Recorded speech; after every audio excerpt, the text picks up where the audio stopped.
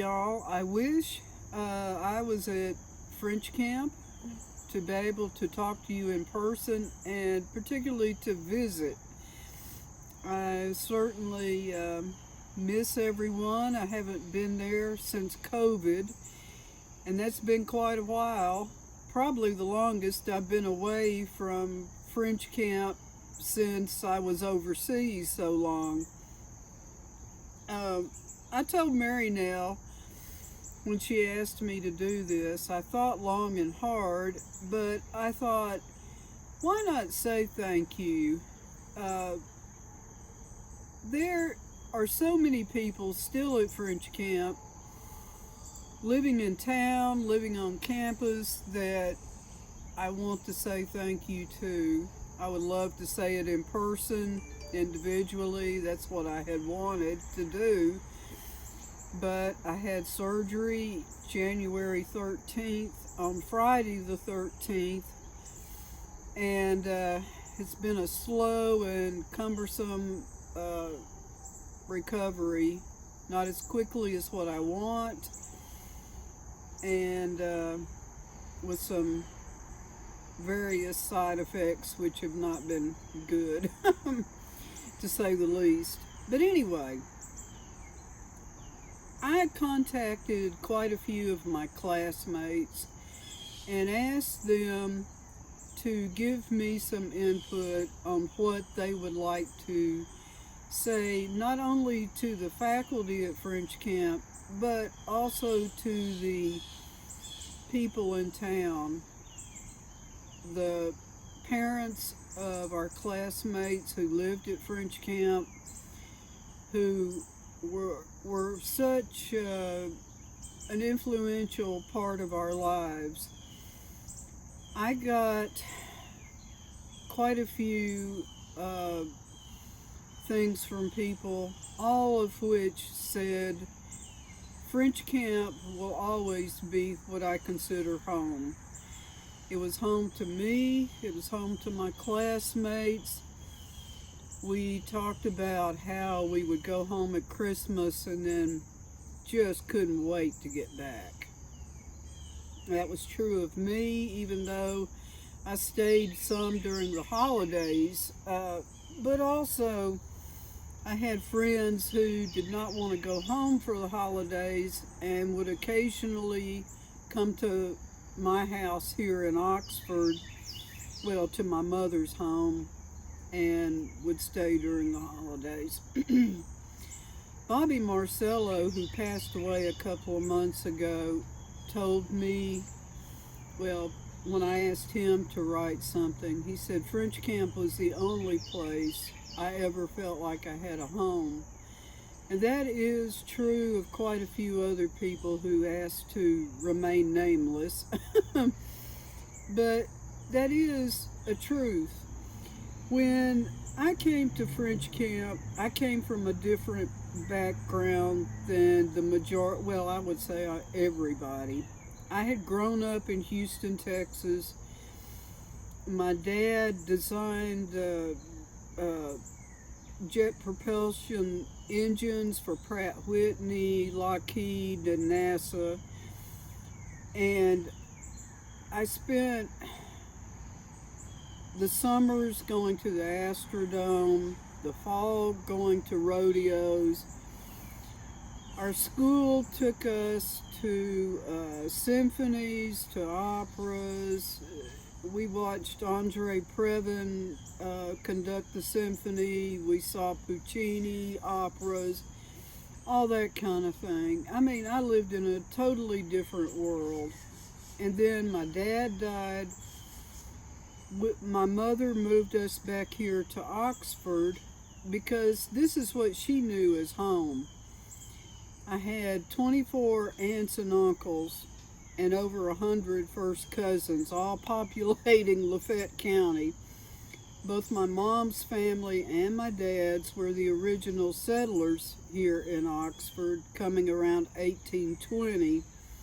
And a lot of the family still lives on the family land. Well, anyway, we moved back here. Dad died when I was 12. We moved back here when I was 13.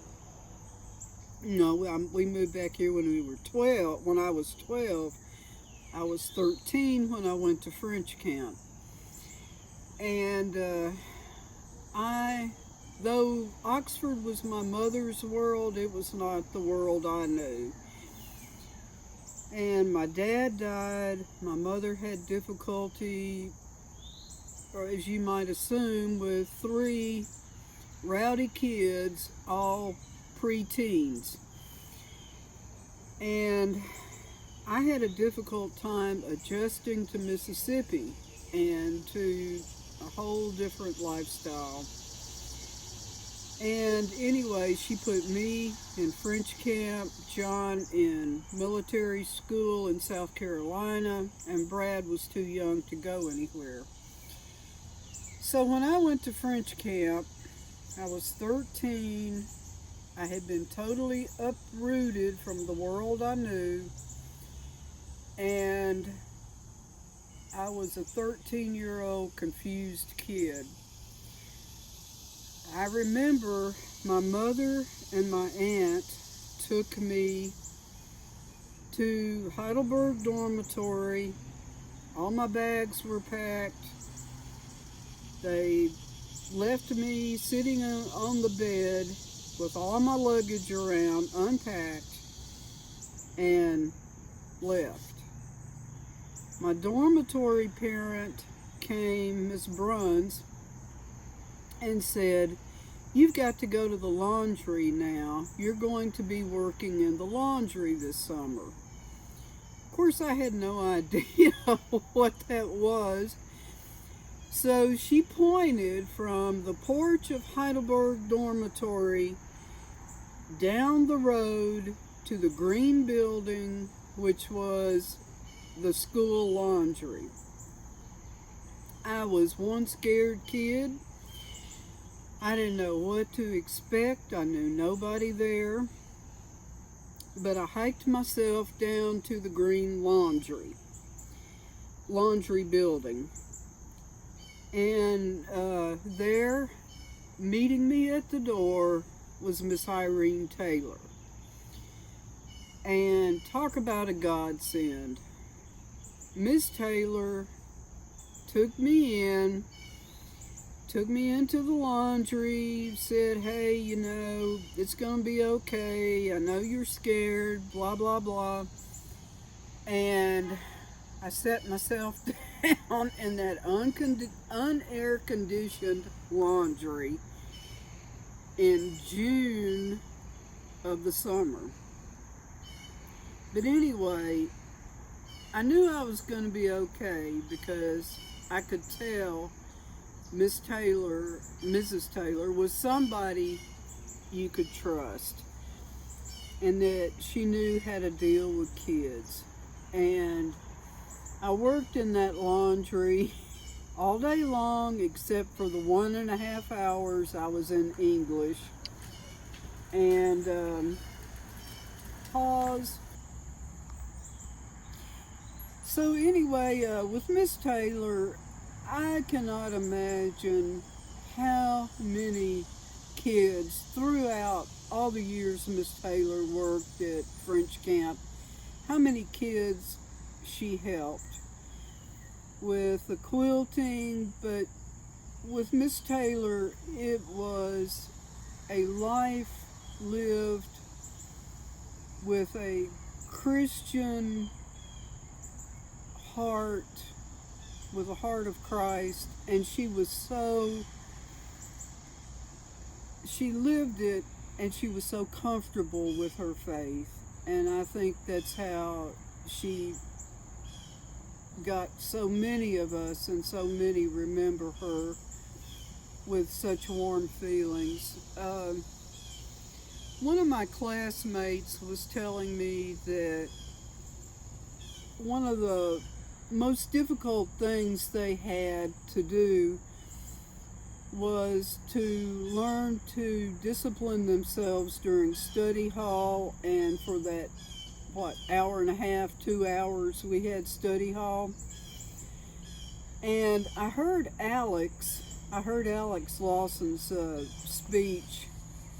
Mary Nell sent it to me, and Alex was talking about the board in the not the administration building, in the school building, where everybody's campus was put. When they got in trouble, there was an index card that was put in the hallway with whatever you did wrong and why you were on campus. At one time, my roommate, Belinda Fields, and I had gotten in trouble for some minor thing. I cannot remember what. And we were locked we had to stay in our room after study hall because we were on campus and we couldn't go to the canteen or anything like that. Well, being from Texas, I knew how to line dance. And so dancing was verboten at French camp. You could not dance for anything, not in the room, not, at any of the banquets, at anything. And so Belinda had a record, an LP, that had the theme song to the Beverly Hillbillies on it. Along came Jed, well, anyway, that was the only record for some reason that she had, was the Beverly Hillbillies theme song. So she played it over and over and over again. But we were on campus and we were bored, so I decided to teach Belinda how to line dance. And so we were dancing to the Beverly Hillbillies theme song when Miss Bruns walked in the room and caught us dancing, line dancing to the Beverly Hillbillies. Well, that got put on the hallway in the academic building, and it had Karen Winter dancing to the Beverly Hillbillies theme song on the card in the hallway where every kid could see it. Well, that was a big joke. I mean, that really got funny. But also, Belinda and I got a 2-week campus for that. We both played basketball.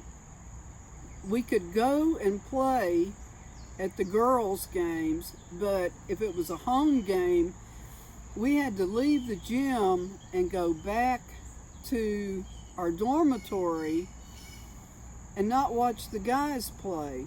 Well, it was a big tournament at the school at French camp, and there were teams from all over central Mississippi. We played our game and then we had to go back to the dormitory.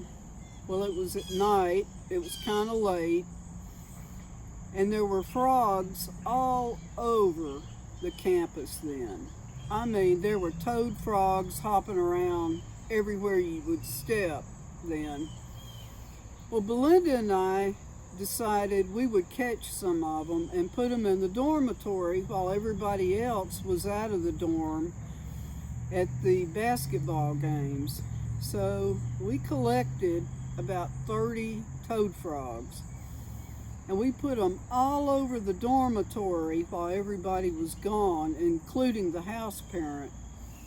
We put them in desk drawers, we put them in closets, we put them in the hallway, we put them under people's bedspreads, we put them everywhere.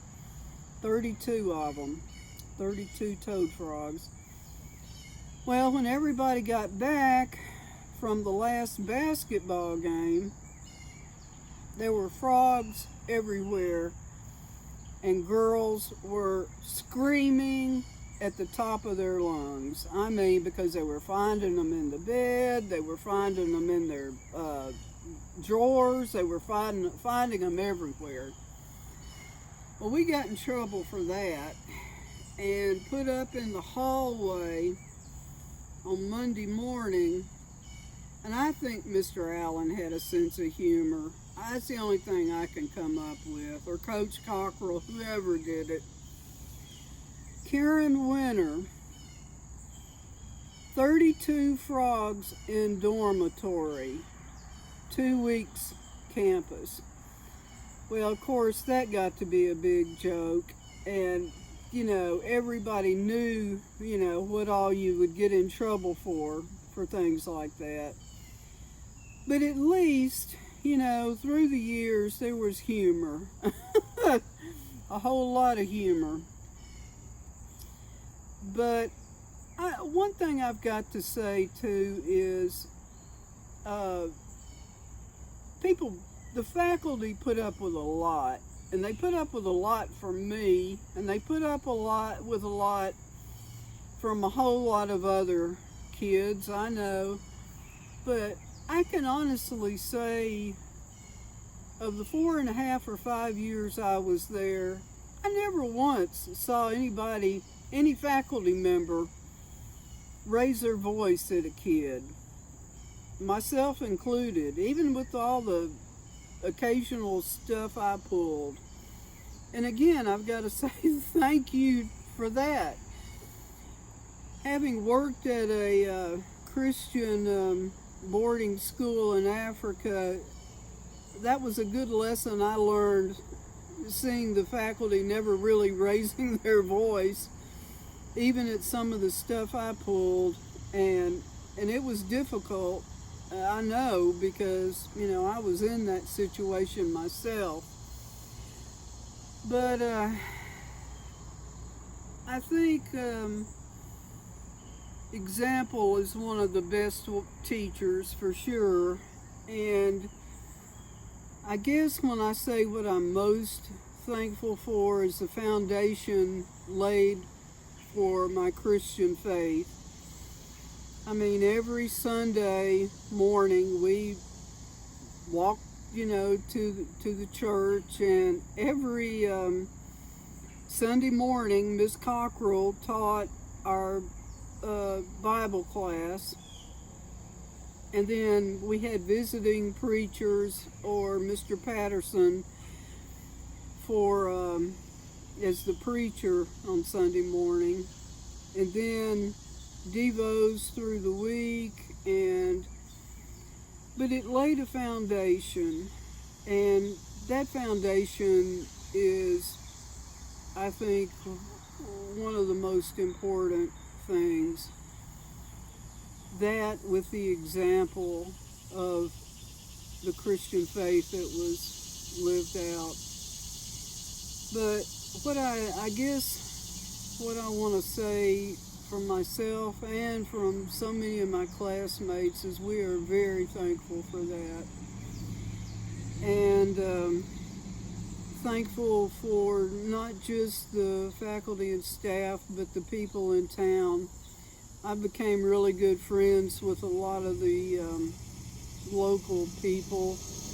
Brenda McLaughlin was my roommate the first year I was in college, and her mother really was kind. I would go and stay with Brenda some on weekends, and got to know a lot of the local people that way too. And another thing, when I was in the infirmary several times with bronchitis, Miss Thrillkill and Miss Whitfield, even though they probably weren't supposed to, they would make me grits. I had never, we would get hungry in that infirmary. And there were a couple of times on Sunday mornings when people were at church that whoever I was in there with, we would escape out of the window of the infirmary, sneak over into the dormitory and find food, and then go back into the infirmary before church was out. Yeah, I did that. And but anyway, Miss Thrillkill and Miss Whitfield, whoever was there at night, would make grits. or toast or something and feed it to us. And very thankful for just little generosity things like that. But all in all,